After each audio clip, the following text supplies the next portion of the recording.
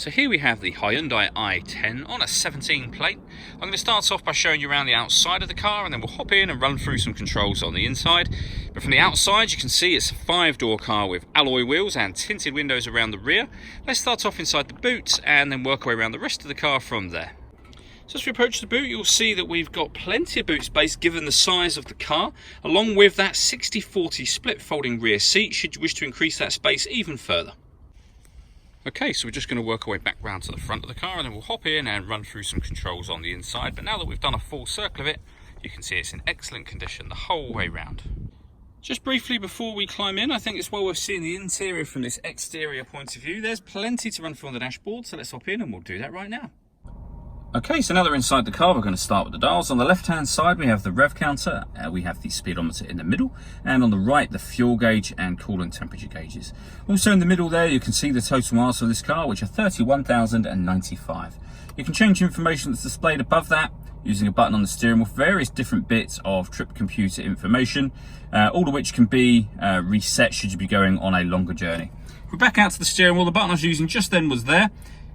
And that one there will reset the information that I mentioned before.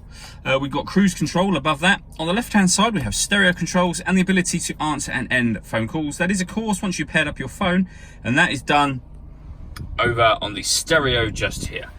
Press phone, and then number 1, and then just follow the instructions on screen from there. We're going to cancel that, though, at this point in time. When it comes to the radio, you can see we have FM, AM, and DAB. If you want to listen to your own music, you can do. Nothing is connected at the moment, but this car has both USB and auxiliary inputs, so plenty of ways to listen to your music overall in this car. Below that, we have the climate control, so you can adjust the temperature, the fan speed,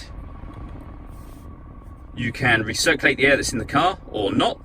When you're happy with the settings, and you can also determine where you'd like the air to be distributed within the car as well.